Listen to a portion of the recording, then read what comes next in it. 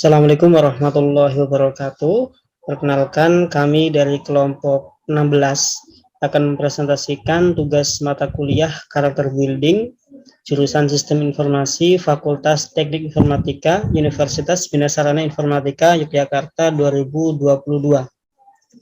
Untuk makalah kali ini, perkenalkan kami dengan anggota kelompok 2 orang. Saya Galuh Abdul Razak dengan NIM 1221478 dan teman saya bernama Fikrin Merdiansah dengan NIM 122106676.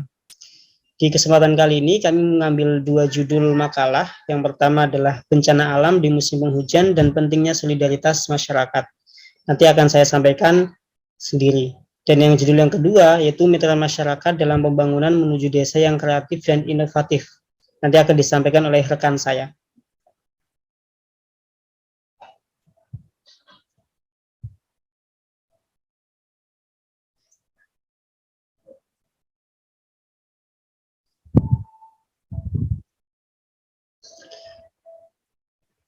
Baik, untuk daftar isi kali ini di setiap artikel atau makalah kami berisi tentang latar belakang, isi makalah, kesimpulan, dan daftar pustaka.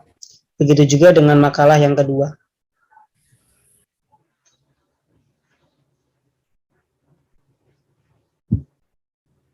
Oke, untuk artikel yang pertama atau makalah yang pertama berjudul dengan tema bencana alam, berjudul bencana alam di musim penghujan dan pentingnya solidaritas masyarakat.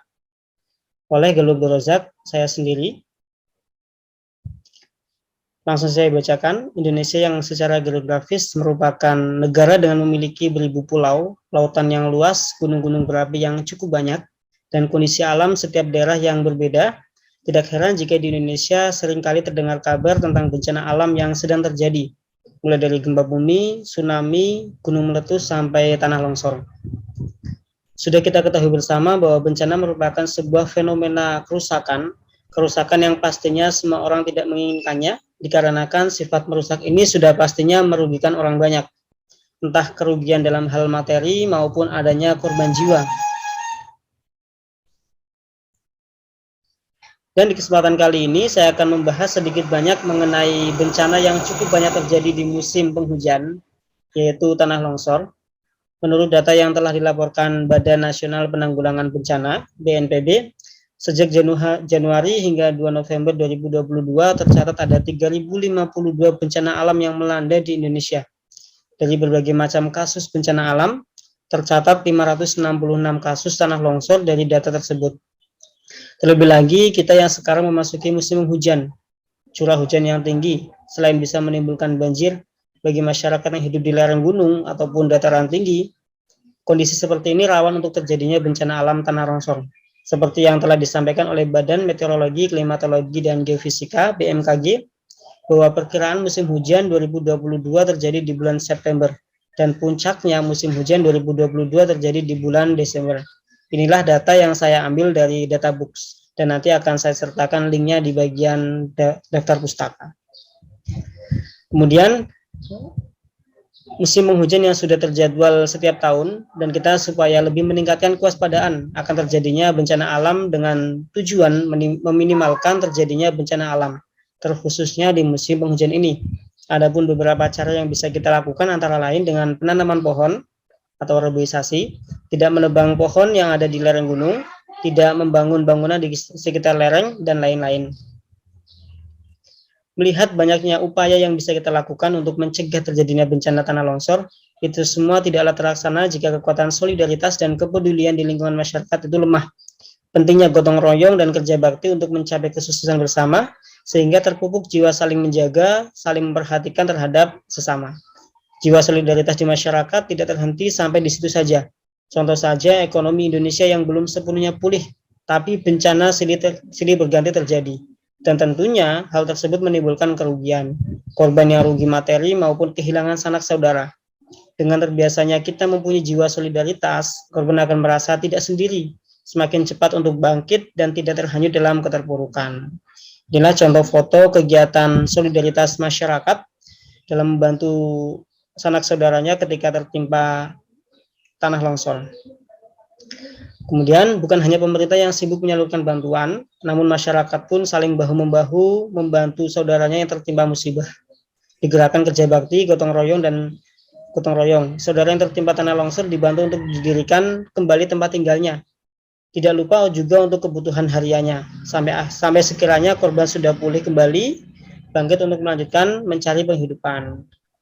Contohnya saja dalam bencana alam tanah longsor di Bogor, Bu Tri Risma Harani selaku Menteri Sosial memberikan santunan kepada korban bencana alam tanah longsor, tepatnya di Kecamatan Bogor Tengah, Kota Bogor. Bantuan tersebut berupa santunan sebesar 15 juta untuk masing-masing ahli waris korban. Selain memberikan santunan, Mensos juga memberikan mainan kepada anak-anak yang ada di posko pengungsian. Ini contoh kegiatan yang sudah dilaksanakan oleh Mensos, yaitu memberikan bantuan santunan kepada ahli waris yang terdampak. Kesimpulan dari judul yang saya ambil beserta pembahasannya, bahwa Indonesia yang memang rawan terjadi bencana alam, kita sebagai masyarakat memiliki cara untuk mencegahnya ataupun meminimalkan terjadinya bencana dengan kekuatan solidaritas masyarakat. Dan seandainya terjadi pun, kita mempunyai banyak cara untuk bangkit dari keterpurukan atas solidaritas masyarakat yang kita punya. Ini adalah daftar pustaka yang menjadi referensi saya membuat makalah dengan judul yang ini. Adapun selanjutnya akan disampaikan oleh rekan saya, dipersilakan. Baik, dari tema yang diambil yaitu kemitraan untuk mencapai tujuan, itu mitra masyarakat dalam pembangunan menuju desa yang kreatif dan inovatif oleh Fikri Nurdiansyah. Indonesia sedang membangun dalam berbagai bidang, khususnya ditumpukan pada tingkat wilayah desa yang merupakan wilayah yang menyentuh langsung kepada kehidupan masyarakat. Pembangunan ini direncanakan secara berkelanjutan untuk menciptakan kesejahteraan bagi rakyat Indonesia. Kawasan perdesaan harus dipandang sebagai bagian yang tak terpisahkan dengan kawasan perkotaan. Dengan diberlakunya Undang-Undang Nomor 6 Tahun 2014 tentang desa, maka menjadi peluang bagi setiap desa untuk mengembangkan setiap potensi yang dimilikinya secara mandiri sesuai kebutuhan masing-masing dalam rangka mewujudkan kesejahteraan masyarakat. Manifestasi pembangunan desa dilakukan dengan upaya melibatkan elemen masyarakat, siswa, dan pemerintah demi mewujudkan pembangunan desa yang kreatif dan inovatif dengan memanfaatkan SDA dan SDM yang ada. Namun realitasnya baru sebagian kecil desa di Indonesia yang mampu melakukan upaya pembangunan desa yang inovasi dan merubah statusnya menjadi desa mandiri. Sehingga perlu adanya penguatan pada pola pengembangan SDM, aparatur, dan pemberdayaan masyarakat desa sehingga mendorong percepatan pembangunan desa yang kreatif dan inovatif dan mendorong kemajuan desa. Dalam Undang-Undang Nomor 6 Tahun 2014 mengamanatkan bahwa perencanaan pembangunan desa harus dilaksanakan secara partisipatif dan melibatkan seluruh masyarakat, termasuk kelompok rentan, minoritas, difabel, perempuan, dan miskin. Hal ini bertujuan agar pembangunan yang dilaksanakan oleh desa benar-benar bermanfaat bagi seluruh warga menuju desa yang kreatif dan inovatif. Ini merupakan tabel jumlah desa tertinggal berdasarkan wilayah pulau besar.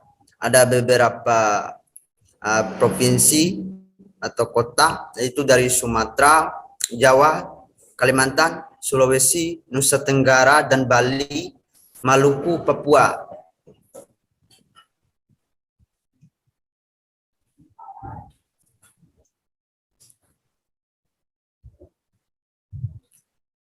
Pelaksanaan program-program pembangunan desa merupakan upaya perubahan sosial yang bertujuan merubah seluruh aspek kehidupan masyarakat ke arah yang lebih baik dengan sasaran pokok menciptakan kesejahteraan masyarakat. Hadirnya program inovasi desa yang kreatif diharapkan dapat memberikan banyak manfaat bagi pembangunan desa, antara lain potensi sumber daya alam dan sumber daya manusia dapat digali, meningkatnya kesejahteraan masyarakat, meningkatnya pendapatan asli desa,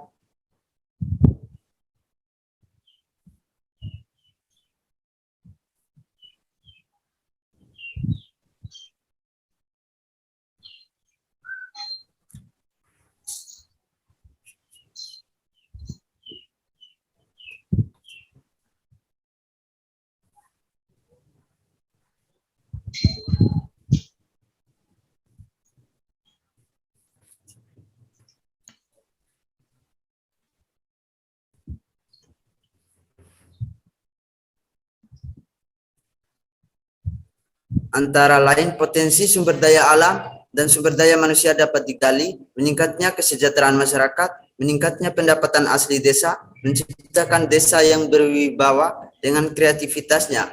Hal ini merupakan suatu langkah awal demi mewujudkan kesejahteraan masyarakat perdesaan dengan menghadirkan kegiatan-kegiatan sebagai berikut. Program pembangunan tempat wisata pada posisi yang strategis sehingga memikat hati pengunjung dan juga daya tarik desa tersendiri pun ada. Program pembuatan rumah bambu sebagai tempat pengunjung wisatawan, pembangunan infrastruktur seperti perbaikan jalan, budidaya tanaman lokal dan kerajinan setempat sebagai bentuk ekonomi kreatif masyarakat desa.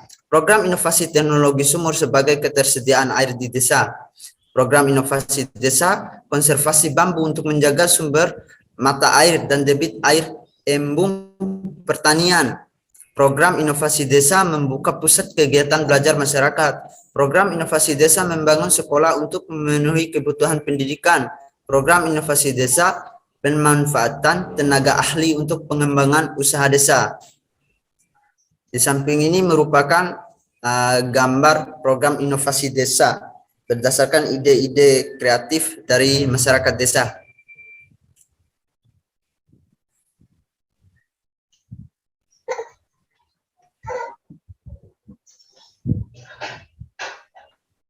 Aparatur dan pemerintah desa merupakan sarana pendukung kelancaran dan ketertiban pada pembangunan desa. Perannya sangat penting bagi perubahan dan tingkat perkembangan desa. Contohnya kepala desa, kepala dusun, kepala adat, dan lain-lain.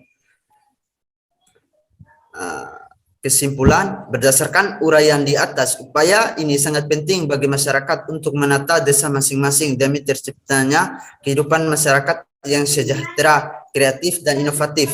Kehidupan di desa sangatlah menarik perhatian wisatawan, baik yang lokal ataupun internasional. Oleh karena itu, penting sekali memanfaatkan sumber daya alam yang ada. Di samping merupakan gambar rumah bambu hasil dari kerajinan tangan orang-orang desa. Ini yang terakhir yaitu daftar referensi berdasarkan sumber yang diambil. Baik, terima kasih Mas Galuh. Oke, sekian presentasi dari kelompok kita. Banyak kesalahan, minta maaf yang sebesar-besarnya dari Ibu dosen. Terima kasih telah berkenan untuk mendengarkan presentasi dari kami. Sekian, wassalamualaikum warahmatullahi wabarakatuh.